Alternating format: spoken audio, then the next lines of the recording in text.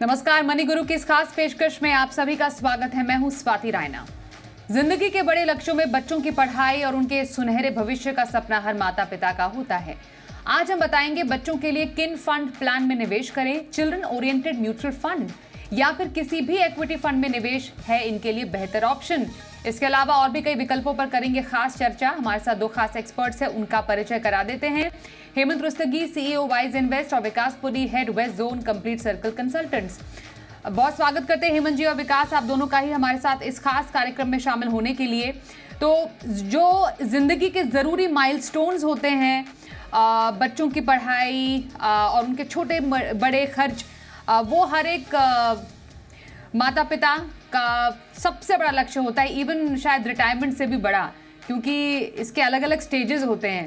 मैं हेमंत जी आपसे पहले समझना चाहती हूँ कि जो बच्चों के लिए जो निवेश होता है, स्पेशली जब राइट फ्रॉम जब फैमिली प्लानिंग जो स्टेज होता है, वहाँ से लेकर फाइनेंशियल प्लानिंग तक जब ये बात आती है, कितने अलग अलग पड़ावों से होकर ये पूरा काफिला गुजरता है?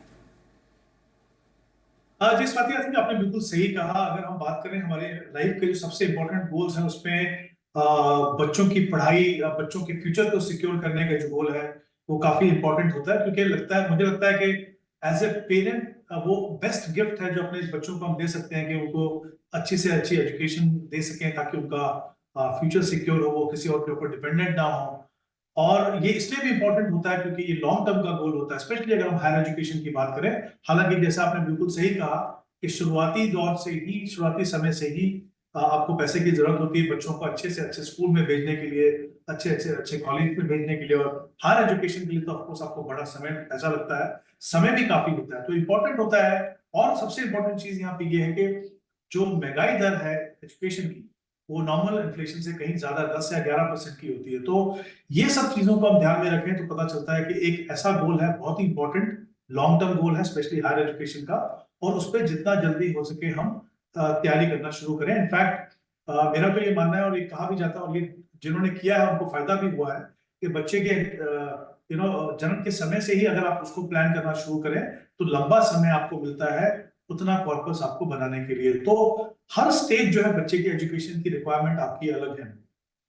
जो शुरुआती समय पे जो आपको पैसा लगता है वो आपके बजट का हिस्सा होना चाहिए, चाहे वो स्कूल की फीस हो। उसके बाद जो पैसा लगता है उसके ऊपर आप प्लान करना शुरू करते हैं। तो ऐसा नहीं है कि सीधा आप हायर एजुकेशन पे ही प्लान करेंगे। आपको जो और जो हायर क्लासेस में, स्कूल्स में जो पैसा लगता है, आजकल हमें पता है कि एडमिशन फीस कितनी है, रेगुलर फीस कितनी है, तो वो प्लानिंग जो है शुरुआत से हो। और ये कुछ प्लानिंग शॉर्ट टर्म होगी, कुछ प्लानिंग मीडियम टर्म होगी, और जो बड़ा जो रकम है वो लॉन्ग टर्म की होगी। तो हर फेज के लिए मुझे लगता है इसको प्लान करने की जरूरत है। और जैसा मैंने कहा, इंपॉर्टेंट है ये लक्ष्य कितना है, इन्फ्लेशन को ध्यान में रख के लक्ष्य बनाएं, स्पेशली लॉन्ग टर्म वाला जो है।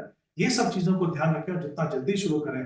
और सबसे इंपॉर्टेंट चीज, सही इन्वेस्टमेंट ऑप्शन हो, ऐसी इन्वेस्टमेंट ऑप्शन जो हम हमेशा नॉर्मल जो गोल्स के लिए कहते हैं कि इन्फ्लेशन, जो एजुकेशन इन्फ्लेशन है, उसको बीट करने में आपको मदद कर सकते। तो जैसा हेमंत जी ने बताया कि कई पड़ावों से गुजरते हुए बच्चों के लिए स्पेशली अलग अलग जो गोल्स होते हैं, हम उनको देखते हैं, समझते हैं। मतलब जब से बच्चा पैदा होता है और जब तक वो खुद से कमाई शुरू नहीं कर देते हैं, तब तक आपको एज पेरेंट्स उनके खर्चों का ख्याल रखना पड़ता है, उनकी परवरिश का ख्याल रखना पड़ता है। अब क्योंकि हेमंत जी ने बात की यहाँ पर कि बच्चों के लिए ऐसे निवेश विकल्पों की ज़रूरत है जो कि ना सिर्फ इन्फ्लेशन बल्कि एजुकेशन इन्फ्लेशन को भी मात दे।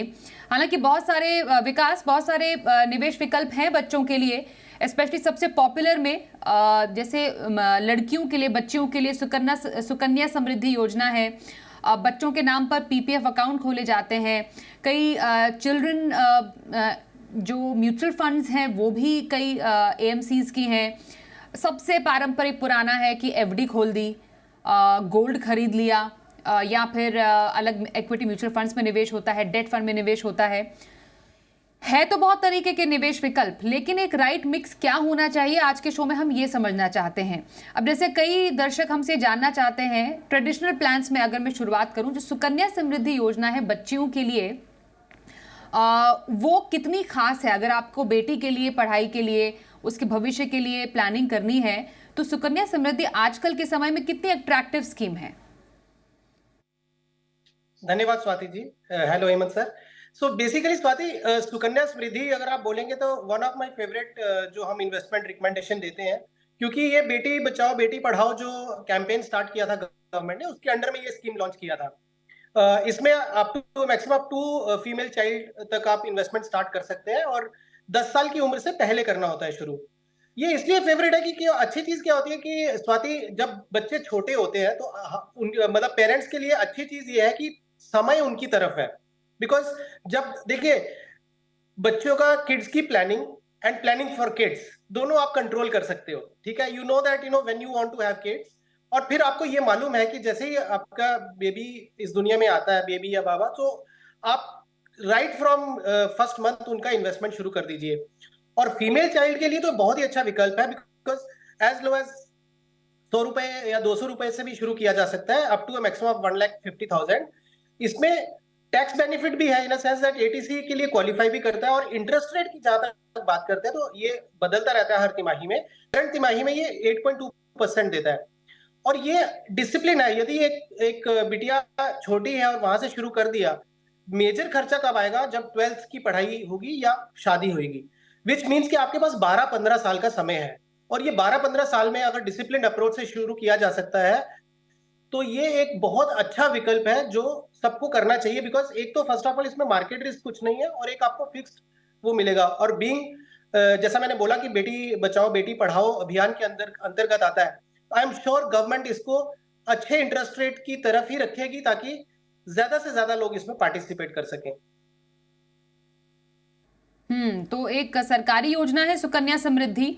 हो सकता है आप में से कई दर्शकों ने अपनी बच्चियों के लिए ये योजना खोली हो, तो आपको मालूम होगा काफ़ी अट्रैक्टिव इंटरेस्ट रेट ब्याज दर है इस पर 8.2% की, और 1.5 लाख तक एटीसी के तहत आपको टैक्स की छूट भी मिलती है।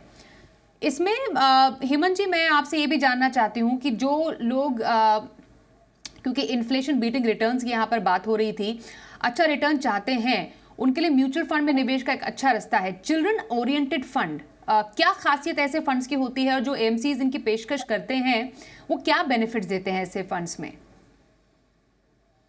देखिए Swati, at the end of the day वो सब म्यूचुअल फंड प्रोडक्ट है। और खासियत की अगर मैं बात करूं तो खासियत ये होती है कि उनका नाम जो है वो चिल्ड्रन प्लान है।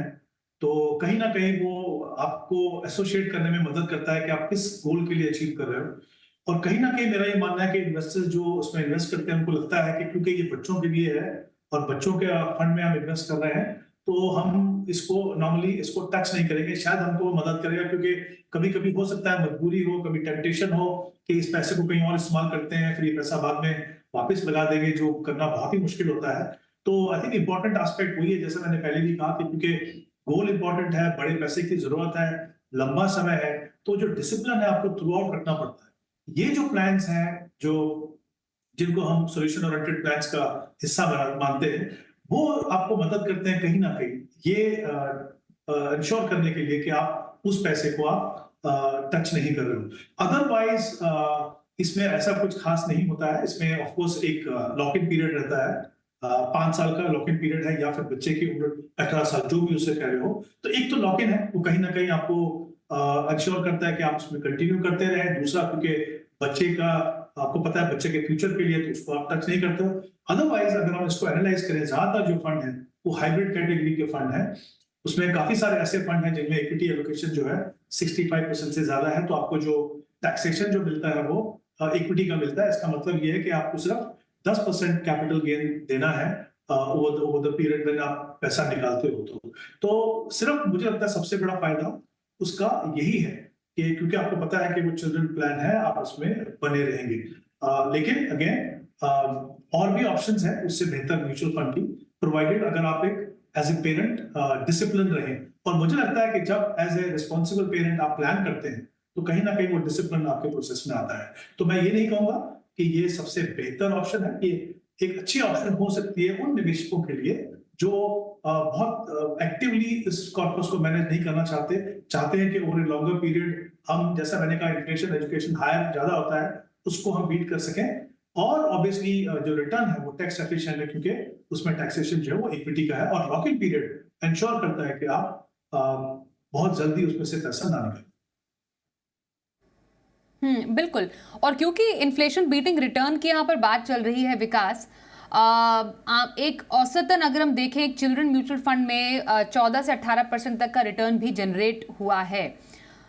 यहाँ ना सिर्फ आप चिल्ड्रन म्यूचुअल फंड खोल सकते हैं, बल्कि बच्चों के नाम पर म्यूचुअल फंड में भी निवेश किया जा सकता है। ज़रा इस पर थोड़ा क्लैरिटी दीजिए कि दोनों में डिफरेंस क्या है। एक तो होता है कि आपने एक खुद से म्यूचुअल फंड में निवेश किया, चिल्ड्रन ओरिएंटेड फंड में निवेश किया जिसका बच्चा 18 साल हुआ, या फिर चाइल्ड जो आपका जो प्लान है 5 साल का उसमें लॉक इन होता है, और दूसरा हुआ कि बच्चे के नाम पर ही म्यूचुअल फंड आपने खोला है। क्या फर्क है इन दोनों में?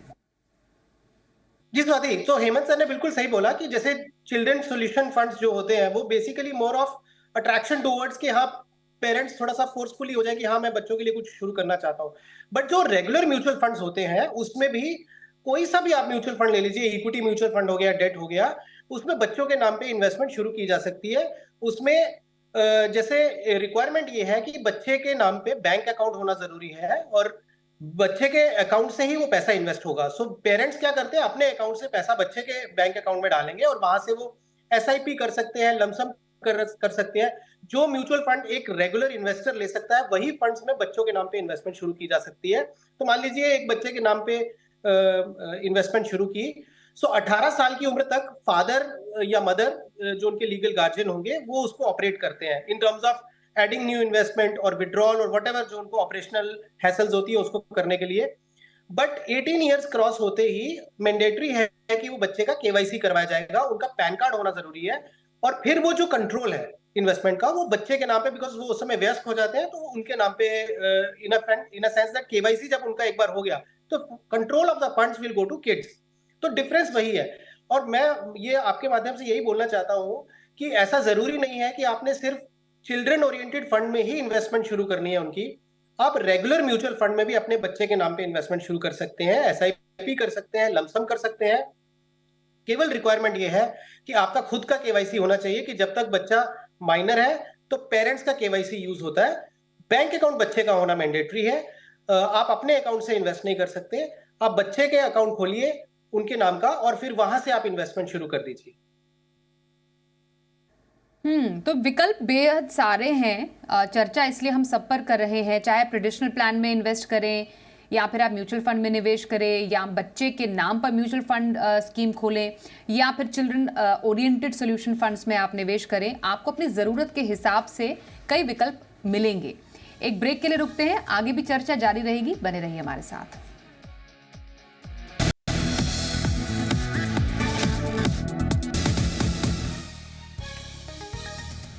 बच्चों के लिए निवेश, खास चर्चा हम कर रहे हैं हेमंत रुस्तगी और विकास पुरी से। हेमंत जी, कई क्वेरी हमारे पास आती है बच्चों के लिए पीपीएफ अकाउंट को लेकर। पीपीएफ अकाउंट मानिए पेरेंट्स ने अपने अपने नाम का खोला है और बच्चों के नाम पर भी चलिए खोल दिया, तो वो ये कई बार जानना चाहते हैं जो टैक्स बेनिफिट मिलता है 80C का 1.5 लाख का, क्योंकि बच्चों के लिए अगर पीपीएफ अकाउंट खोला है तो गार्जियन के तौर पर माता पिता का नाम लिखा है जैसे मानिए, तो क्या दोनों ही अकाउंट्स पर ये बेनिफिट अवेल किया जा सकता है? हाँ, देखिए बेसिकली क्या होता है कि अगर आप पेरेंट्स अगर आपने अपने नाम पे खोला है, एक अकाउंट आप खोल सकते हैं, एक से ज्यादा अकाउंट आप नहीं खोल सकते। अगर बच्चे के नाम पे खोलते हैं तो बच्चे के नाम पे भी आपको जो ऑब्वियसली उनकी जो रिटर्न फाइल होती है वो बच्चे के नाम से नहीं होती, आपके नाम से होती है, तो वो कंबाइन करके आपको मिलेगा। ऐसा नहीं कि आप बच्चे के नाम से अलग ले रहे हैं और उसके नाम से अलग ले रहे हैं। तो आई थिंक दूसरी इंपॉर्टेंट चीज मुझे लगता है ये है कि अगर आप इसको स्पेशली बच्चों की एजुकेशन के लिए ले रहे हैं तो करंट रेट अगर आप देखें तो 7.1% है, हालांकि टैक्स फ्री है। बट मेरा ये मानना है कि ट्रेडिशनल ऑप्शन जो है, स्पेशली अगर आपको देखना भी है तो फिर आप सुकन्या समृद्धि को फिर भी गर्ल चाइल्ड हो तो देख सकते हैं। बट अदरवाइज मुझे लगता नहीं कि इसका बहुत बड़ा रोल है इस पर्टिकुलर गोल के लिए, क्योंकि जैसा मैंने कहा कि एजुकेशन इन्फ्लेशन जो है वो काफी ज्यादा होता है उससे। तो अगर हम म्यूचुअल फंड की जैसे हमने बात की थी यहाँ पे 14 से 18%, और इनफैक्ट अगर आप प्योर इक्विटी फंड में जाएंगे तो रिटर्न उससे भी ज्यादा बेटर हो सकता है। तो टैक्स पे करने के बाद भी मुझे लगता है कि काफी बेहतर आप रिटर्न ले सकते हैं। तो टैक्स बेनिफिट एक कंसिडरेशन आपके लिए हो सकता है, बट आई थिंक हमें ये नहीं भूलना चाहिए कि हमारा पूरा फोकस जो है उस कॉर्पस को बनाने पे होना चाहिए जिसके लिए हम स्पेसिफिक पर्पस के लिए हम इन्वेस्टमेंट कर रहे हैं, ना कि एक जो टैक्स है मुझे लगता है इंसिडेंटल है, but of course return tax efficient होने चाहिए जो म्यूचुअल फंड में आपको मिलते हम्म। कई इंश्योरेंस प्लान भी बच्चों के नाम पर है विकास, इसकी क्या खासियत है और क्या जरूरी है बच्चों के लिए इंश्योरेंस प्लान खरीदना? अगर माता पिता का insurance portfolio up to date है, टर्म प्लान ले रखा है, तो इसकी अनिवार्यता रहती है क्या? सी स्वाति, जैसा म्यूचुअल फंड्स में भी वैसे इंश्योरेंस में भी है कि किड्स के नाम पे प्लान बन जाते हैं या अलग अलग तरीके से थीम्स बना के और इंश्योरेंस प्रोडक्ट देने की कोशिश की जाती है। सो बेसिक आइडिया इंश्योरेंस का इंश्योरेंस ही होना चाहिए which is like term plan, that is the right approach. और फिर जैसा आपने बोला कि आप टर्म प्लान ले लें और उसके साथ में म्यूचुअल फंड के सिप कर दीजिए या म्यूचुअल फंड में इन्वेस्ट करिए और उसके साथ में टर्म प्लान लिया है, तो आपने खुद से ही एक प्रोडक्ट क्रिएट कर दिया जो इंश्योरेंस कंपनीज आपको देने की कोशिश कर रही हैं। बट एक क्राइटेरिया और होता है स्वाति, जिसको हम बोलते हैं बिहेवियर। और यदि आपका बिहेवियर है कि आप इन्वेस्ट करते हैं या बहुत कम करते हैं या फोर्स सेविंग करना चाहते हैं, तो ये जो पीपीएफ हो गया या कुछ आपने स्मार्ट किड सॉल्यूशंस दे लिए इंश्योरेंस के थ्रू। बट अगर आप रिटर्न पॉइंट ऑफ व्यू से बोलेंगे तो ऑब्वियसली जैसे हेमंत सर बोल रहे हैं कि बहुत म्यूचुअल फंड में बहुत सारे ऐसे प्रोडक्ट्स हैं जो बच्चों के नाम पे आप सब्सक्राइब करें और रिटर्न बहुत सुपीरियर आ जाएगी और टैक्स एफिशिएंसी भी है उसकी। सो वो ज्यादा बेहतर रहेगा बिकॉज जो कंपनीज इंश्योरेंस बेचने वाली हैं वो तो अपना कोशिश करेंगी कि वो इनोवेटिव प्रोडक्ट्स लेके आए और वो जितना ज्यादा से ज्यादा हो अट्रैक्ट करें इन्वेस्टर्स को। But ideally insurance should be taken for the purpose of insurance. वो टर्म प्लान जैसे पेरेंट्स जो होते हैं वो ले लें, because end of the day अपने आप को जो सेफगार्ड करना है वो इंश्योरेंस प्लान का, उसका पर्पस ही यही है कि अगर ब्रेड विनर को कुछ हो जाता है तो पीछे की फैमिली जो है वो अफेक्टेड ना फील करे। So term plan club with mutual fund SIPs और रेगुलर म्यूचुअल फंड्स थ्रू आप अगर टॉप अप करते हैं या लमसम करते हैं, वो एक आइडियल कॉम्बिनेशन है। बिल्कुल। हेमंत जी, कुछ ऐसे children funds, children mutual fund या सोल्यूशन ओरिएंटेड फंड जो आपको लगता है कि पोर्टफोलियो में ऐड किए जा सकते हैं?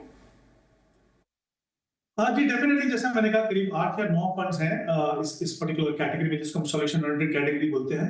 वहाँ पे कुछ फंड्स हैं जिनकी परफॉर्मेंस काफी लॉन्ग टर्म है और कंसिस्टेंटली अच्छा परफॉर्म किया है। अगर किसी भी निवेशक को उसको अपने पोर्टफोलियो में शामिल करना है तो कुछ एक फंड है जैसे HDFC चिल्ड्रन गिफ्ट फंड है जिसमें करीब 68% इक्विटी में बाकी डेट के अंदर है।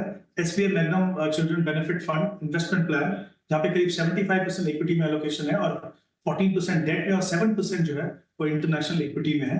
उसके अलावा ICICI true child care gift plan है जिसमें 81% जो है वो इक्विटी में है और बाकी जो पैसा है वो डेट में है। तो ये कुछ एक ऐसे फंड है इस कैटेगरी में जिनको कंसिडर किया जा सकता है। पर जैसे मैंने पहले भी कहा था, मेरा ये मानना है क्योंकि ये लॉन्ग टर्म गोल है, 15-18 साल का समय है आपके पास, तो जो नॉर्मल इक्विटी फंड है अगर आप डिसिप्लिन रह सकते हैं तो जो नॉर्मल इक्विटी फंड है जैसे कुछ कैटेगरीज में मल्टी कैप फंड हो गया या फिर लार्ज एंड मिड या फिर फ्लेक्सी कैप, ये जो फंड्स हैं अगर 2-3 फंड का आप बास्केट बनाए, और उसका फायदा एक और भी होता है कि अगर आप पूरा पैसा एक ही चिल्ड्रन फंड में लगा रहे हैं और किसी कारण से वो फंड की परफॉर्मेंस कुछ समय तक या लंबे समय तक अच्छी नहीं रहती है तो पूरा का पूरा जो है कॉर्पस के ऊपर इम्पैक्ट पड़ता है।